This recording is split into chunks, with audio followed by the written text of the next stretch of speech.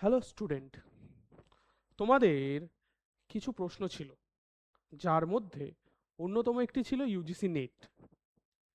তোমরা শুনছো যে ইউজিসি নেট পাস করা অনেকেই বলে কঠিন, আবার অনেকে বলে আমার এক চান্সে হয়ে গিয়েছে।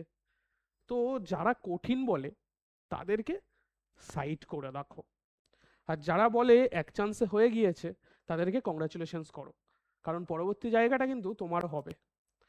আরেকটি সংশয় তোমাদের মনে কিন্তু দেখা দেয়, যেটা হচ্ছে ইউজিসি নেট করে কি হবে, বা তোমরা অনেক সময় ভাবো যে ইউজিসি নেট করব, এরপরে কি করব, বা ইউজিসি নেটের জন্য ক্রাইটেরিয়া কি। তোমাদের মনে এই জিনিসটা চলে। ক্রাইটেরিয়া কিছুই নয়, তোমাকে মাস্টার্সে যে কোনো সাবজেক্টে তোমার সাবজেক্টে 55% নাম্বার রাখতে হয়।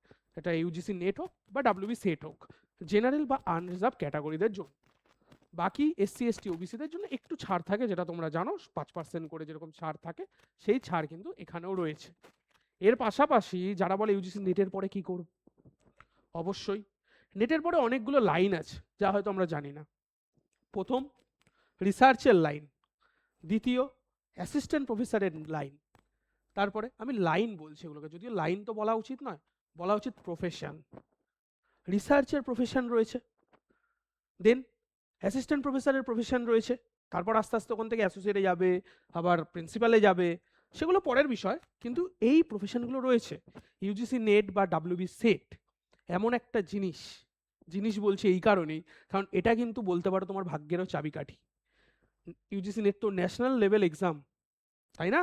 তো একবার যদি আমার ন্যাশনাল লেভেল এক্সাম ক্র্যাক হয়, তার মানই কিন্তু আলাদা, যে হ্যাঁ, তুমি ন্যাশনালে কম্পিটিশন করে, কম্পিট করে তুমি কিন্তু তা ক্র্যাক করেছো, এবং তুমি এলিজিবল। এলিজিবল হয়েছো কিসের জন্য?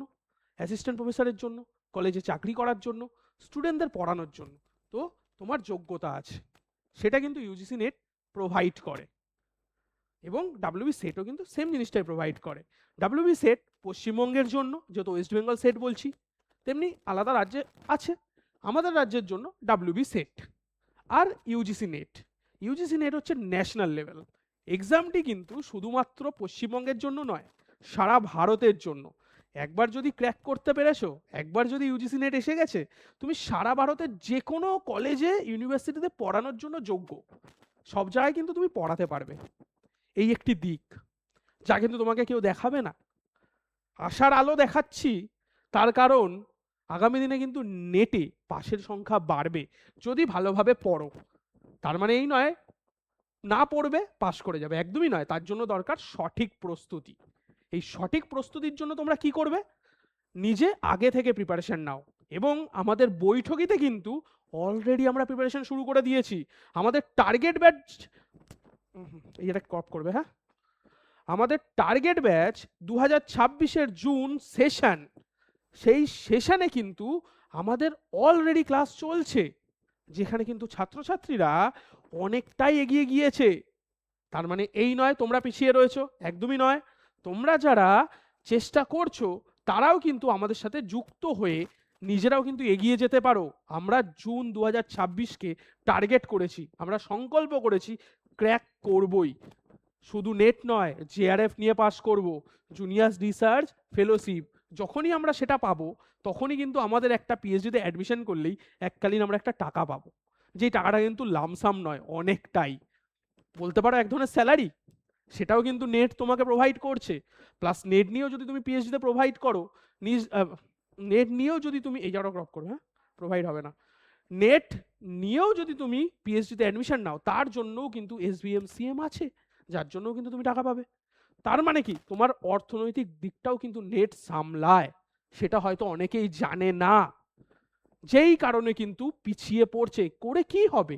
মানুষ তো একই কথা বলবে, কিন্তু তোমার দেখতে হবে করে আমাকে ওই জায়গায় পৌঁছাতে হবে।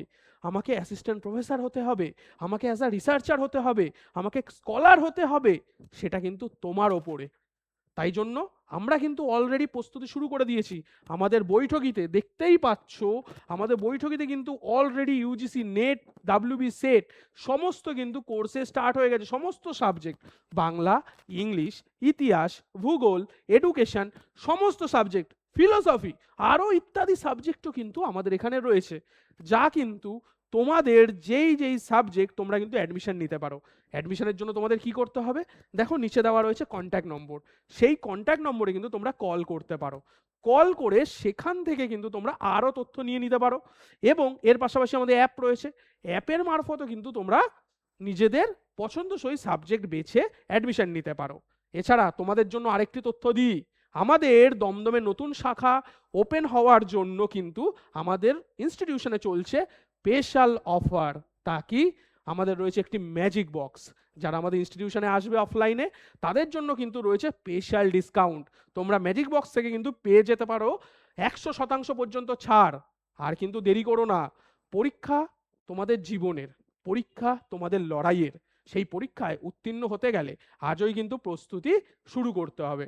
আর আমরা তোমাদের পাশে সর্বদাই আছি। তোমরা আমাদের প্রিয় ছাত্রছাত্রী, তোমাদেরকে একটিই বলা যে তোমরা আজই শুরু করো আর আমাদের সাথে যুক্ত হও, তবেই কিন্তু আমরা এগিয়ে যাব নেট জিআরএফ ক্র্যাকের পথে। থ্যাংক ইউ সকলকে, দেখা হবে নেক্সট কিছু তথ্য নিয়ে তোমাদের জন্য। Thank you.